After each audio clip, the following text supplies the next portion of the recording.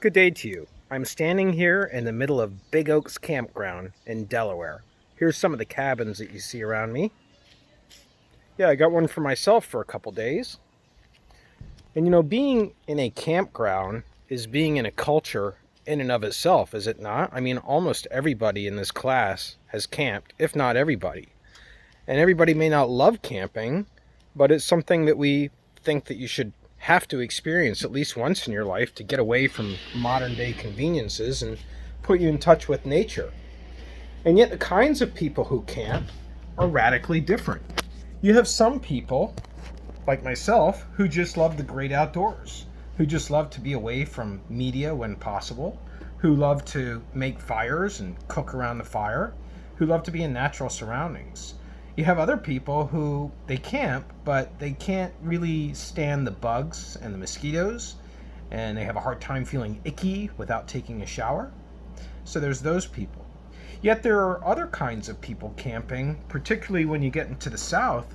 You'll find people celebrating the Confederate flag and all the imagery that goes along with the Confederacy. Right here in the general store in this campsite, there's a lot of Confederate memorabilia for sale. Would that be tolerated in Pennsylvania, which has a different culture and is less sympathetic to history from the South being put into artifacts such as Confederate flags and then being celebrated? Yeah, that's a difference between Pennsylvania and Delaware. So we're taking on today more about studying what culture is. But we also need to tie it into communication because this is a communication class. That's what we're doing. We're studying intercultural communication. So let's take on chapter 1 today as we head into this material. And the book, I think, asks a very interesting and almost kind of too simple question for it to really be taken seriously, but it should be taken seriously. The book asks a question, Fred Yant, he says, why is there not one culture? If all human beings were descended from Africa approximately 200,000 years ago, which is what anthropology indicates, then why are people so different? Why do people look so different across the world? Why do you have people speaking different languages? Why do you have people dressing differently, cooking differently, practicing different customs, worshiping different gods or not worshiping gods? Why do you have so many differences? Well, part of the reason for that is because of the geographical separation that took place when people started to run out of food in Africa. They started to seek other parts of the world where things could be grown, and that led to them dispersing across Europe and Asia and eventually to the United States. And so when you get that geographical separation between you, you start to develop your own habits and customs. And that geographical separation is also going to be influenced by the weather. That's why we have the saying that Eskimos have, 50 words for snow? Because that's their environment, or at least it has traditionally been their environment.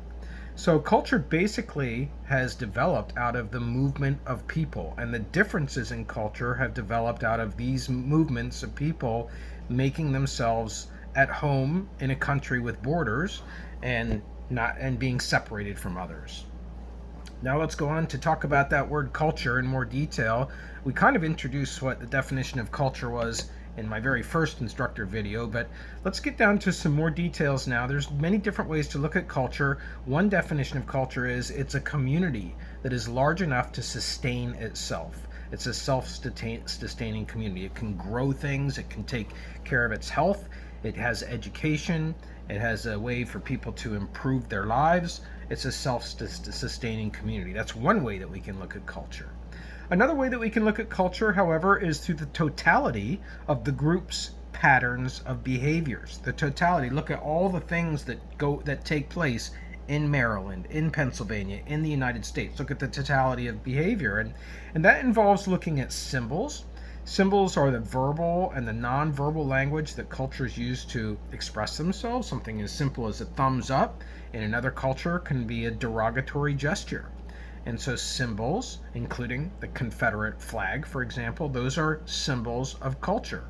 Rituals is another dimension of a group's pattern of behaviors going along with symbols. Rituals are things that we do on a regular basis, like 4th of July this year. I don't know if you experience this, but the amount of fireworks that were going off in my neighborhood, and I think across the country because I see a lot of people complaining, that's a ritual that we do every year, and it emulates It emulates the revolution, the American Revolution, the explosions that were taking place in our battle with the British. And so that's a ritual that we go through not just on July the 4th, but days before and days after as well. Then we have values. And values are feelings that are not necessarily open for discussion. For example, in our culture of the United States, communism is a definite negative. It's an automatic bad thing. It's just not open for discussion. It's a value. Whereas if you go to a communist country, they have the exact opposite. That democracy is seen as a bad word. And so what we look at when we're trying to study culture and get at what it truly means is we look at the transmission of the thoughts and the behaviors across different generations of people. That's how a culture perpetuates itself. And the members who are part of a culture, they identify with that culture. They believe that they're part of that group. You're an American, you're a Pennsylvanian, you're a Philadelphian.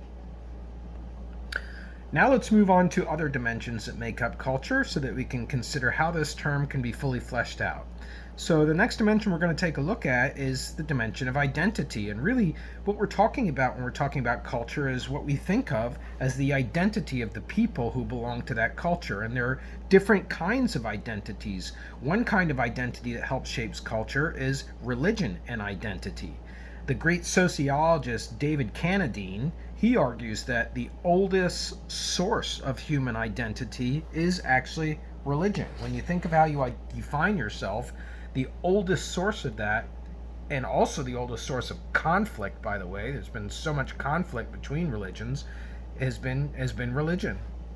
And so the religious wars have resulted in tens of millions of deaths, including the Crusades. And that shows you the length to which people are willing to go to protect what they perceive of as their identity. So religion and identity still is prevalent today. If I were to sneeze in the classroom, I mean, apart from people thinking, does he have coronavirus? Some of you may be saying, bless you, right away, without knowing whether I believe in God or not, because that's part of our culture. It's a ritual in our culture. We just assume that we're going to say that when somebody sneezes. Now let's move on to the next kind of identity feeding into culture, and that is nationalism and identity, or nationality and identity, when you perceive that you belong to a country. And in some cases, that country can be thought of as better than other countries, which doesn't really make a lot of sense. We have a lot of that talk in the United States. We talk about we're the greatest country in the world. To me, that's like saying who's the greatest brother or sister in your family. It's not really an appropriate question. All countries are great in different ways. And nevertheless, nationality is one way that we define ourselves. Are proud to be an American? Does it lead you to buy just American automobiles or just American clothes or just watch American television shows? It depends on how strongly you identify with your nationality. And nationality also helps shape marriage and family customs, food and recreation, work and government, education, transportation. All of this is shaped by what the national outlook is for a particular country. In the United States right now, our national outlook on the coronavirus is decidedly different from some of the countries that have stricter lockdown procedures, like in Japan. If you get on an elevator in Japan, there are blue dots in there, and everybody is strictly following the procedure to face the wall and not look at each other and not talk. And Japan is a different kind of country. We have less tolerance for being told what to do by a federal and national government. So nationality has a lot to do with it. Next up is the idea of class and identity. Class and identity is the idea that depending on your socioeconomic background, whether you've grown up poor or lower middle class or upper middle class or upper class in terms of wealth and income and access to education, that has a lot to do with the way that you perceive of your own identity. And some of the sharpest thinking in this area was actually conducted by Karl Marx, and his Communist Manifesto, where he talked about the workers being separated from the owners of the means of production. Those are the people who used to own the factories when Marx was writing his Communist Manifesto. And it's making the case that people have identity based on what their class is in society. I mean, would you ever drive, for example, a BMW? some people would say, "Oh, I never would. It communicates something about a class that just doesn't fit me." I know I could never drive a BMW. No criticism meant towards the company. It's obviously an excellent company, but it would present me as a kind of a rich, stuffy person that I would not be comfortable with. And so it's not going to be something I'm driving. This is kind of what class identity is about. It has to do with your economic prowess and how that affects your identity. Next up is gender and identity. Gender and identity. Gender is not sex. Sex is what you are biologically born with. Gender is how your culture shapes the way that you are treated based on your biology. And we can find major differences across the world. Some countries are more machismo than others. The United States is sort of in the middle when it comes to that.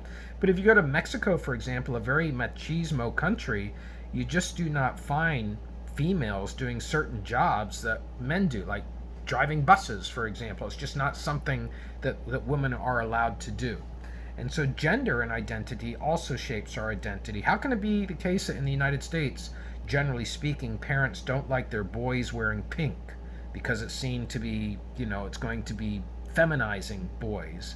And yet in Mexico, pink is one of the most popular colors for boys to wear. So gender and identity are also shaping our conception of culture. Next up, let's move into a different area. Let's talk about race, skin color, and identity. And I do want to say that I will, in this class, because of what's been happening with the racial injustices for African Americans in our country, I will be highlighting some of the difficulties of race in our country more than normal, so that I can do my part in contributing to a conversation that is healthy for us all. So race, first of all, can be biological. It doesn't have to be. It can be biological. It comes from your ancestors.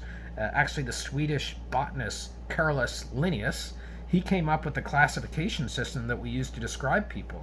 Americanus, Africanus, Asiaticus, and Europeanus. Yeah, it's kind of an unfortunate phrase to say, unfortunate word to say, but it's the way that people have been divided up according to those geographic regions that they come from. So that's one way of defining race, is like where you're coming from.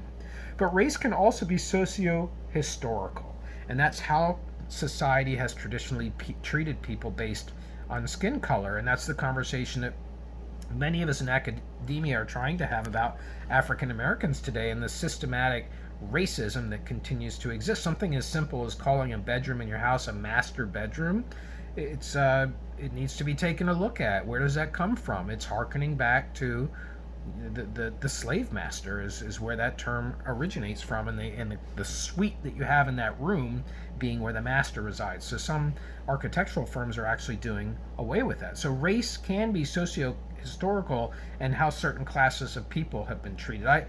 I told you that I'm a British person. I consider myself heritage-wise, but even within Britain, the Scottish people, they were people that were used by the English, that's the way we think of ourselves, on the front lines of their wars. That's where they put the Scottish people to absorb most of the bullets.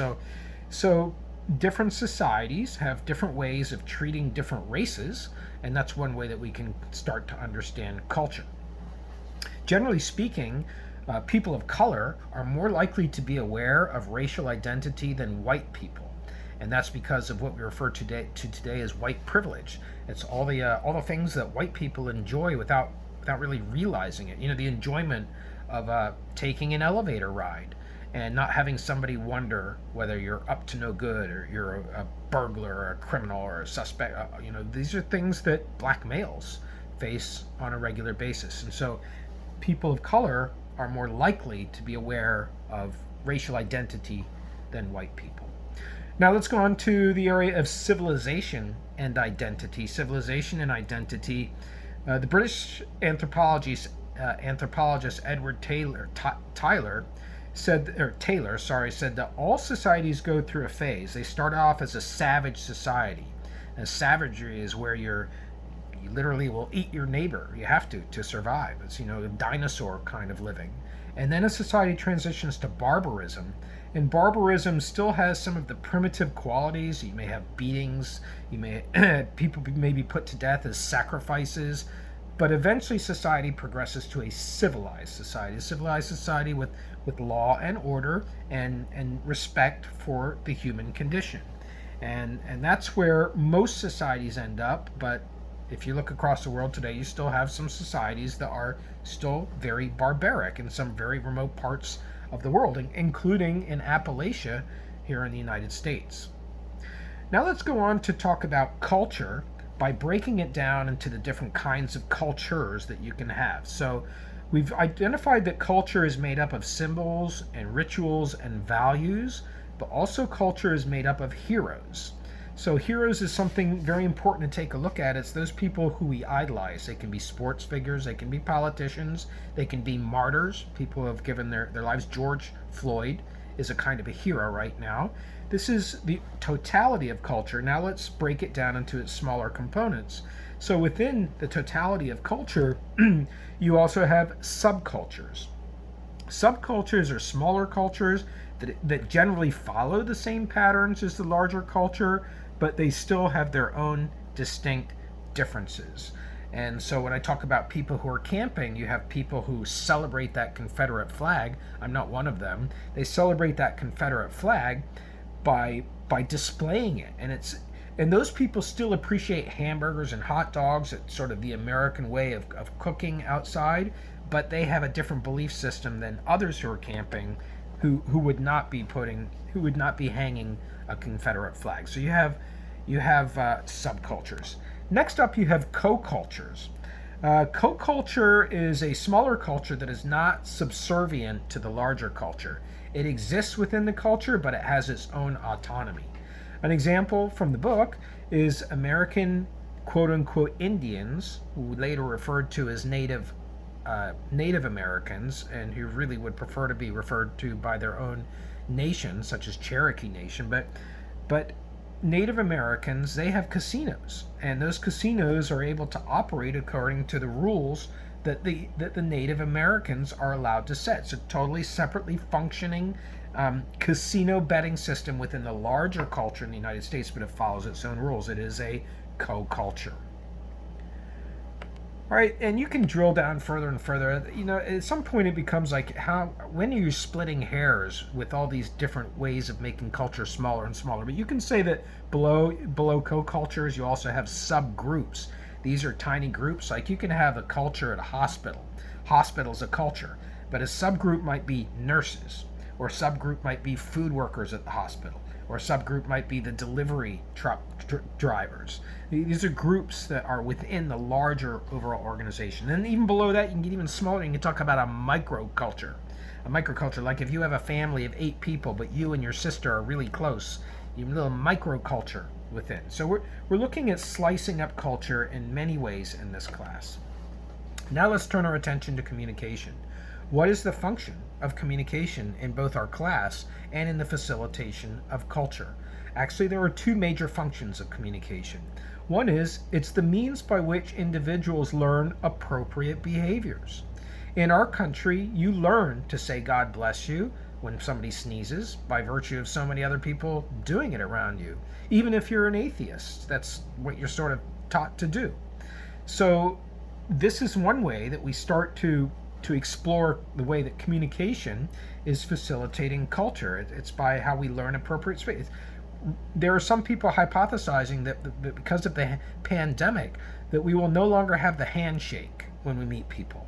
Now that remains to be seen, but that has been something that's been a learned behavior as part of our culture. And even the handshake is very different. You shake somebody's hand in Britain, it's a very loose grip. In the United States, we're taught to be very firm. So that's the first function of culture. Now let's talk about the second function of culture, and that is second function of communication, The second function of communication is it's the means by which individuals within one group interact with individuals who are within another group. So it's the means by which we exchange ideas and informations and rituals and ultimately come to understand other people, especially people who are different from us. And so you can say that communication and culture are actually inseparable. They are one and the same. To communicate is also to exhibit culture. Now, to finish class off, we're going to round things out by mentioning that across the world there are these global perspectives that have tried to look at communication and culture and tried to have a kind of a formative and ideological way of seeing communication and culture. That means a really big, hearty, strong, macro dimension way of looking at culture. And there's the Confucian definition coming from the ancient Eastern Chinese philosopher Confucius. And that kind of philosophy is mostly followed by Asian countries, China, Korea, Singapore, and it stresses harmony. It stresses getting along, like the yin and the yang, the yin and the yang that you see, the two different colors, same shape, fitting together perfectly into that medallion type shape, stressing harmony, stressing virtue, stressing selflessness. It's not about the individual, it's about the collective society. Stressing hard work, stressing respect for hierarchy. We can see that that's a Confucian or Eastern way of looking at communication and culture versus a Western perspective, which begins with Aristotle and the Greeks and goes through democracy and then comes up through a scholar named David Berlow. And this emphasizes self-reliance, it emphasizes independence, it emphasizes small government, it emphasizes the ability to pull yourself up and from being downtrodden. There's a lot of individuality to it, and these two perspectives sometimes clash. Like in the United States, if you take a walk over by East Stroudsburg University, you'll be walking on a lot of really uneven sidewalks. Why is that? It's because in our culture we decide that the homeowner should take care of the sidewalk. It's the homeowner's self-reliance. The homeowner shouldn't be told what to do by the government. Whereas you go in other countries and you have really smooth sidewalks, and that's because the government says, no, this is something that's for the betterment of everybody. It's more of an Asian, Eastern philosophy. It's the collective good of the people. We must take care of the sidewalks. Now, where does intercultural communication take place today? It takes place in all the media that we have access to, including human couriers, people that we meet if you've had the chance to travel.